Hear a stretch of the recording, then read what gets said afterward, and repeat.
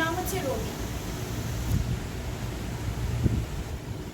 শ্যামলা মেয়ের শ্যাওলা পুকুর, রূপ সাঁতারে মেঘলা দুপুর।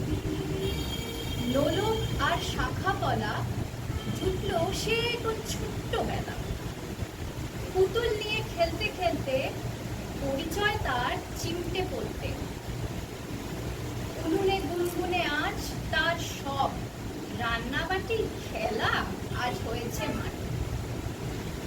মিনতি মাসির জজ ম্যাজিস্টার বর ছড়ে দিল বই, বলল পড়। দু এক ফোঁটা জল চোখের পরে, অক্ষর সে না চিনে কি করে পড়ে। চরণ দাদা এসেছে বিদেশ থেকে, দেখি তাকেই দেখি। একটা ছত্র পড়ে দিল সে, লেখাটার নাম কাজলা মেয়ে। মাস কয়েক পর খবর এলো, ব্যারিস্টার বাড়ি ডাক পাঠাবে। সভা বসাবেন নামি ব্যক্তি, উন্নত শীল চিত্তে মূর্তি। পল্লী গায়ে অনেক জন, তাদের মাঝে রবি ঠাকুরও এক গুণীজন। শ্যামলা মেয়েও শুনতে পেল, নামটা তার চেনা ঠেকল।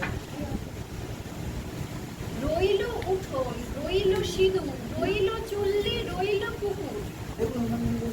শ্যামলা মেয়ে যে চিনতে পেল, তাই তো সে আজ গেল এলোমেলো। তার একখানি শুধু কথা ছিল, সেটাই সে আজ বলতে গেল। রবি, তুমি লিখলে সেদিন জারে নিয়ে, আমি কি বসে কাজলা মেয়ে।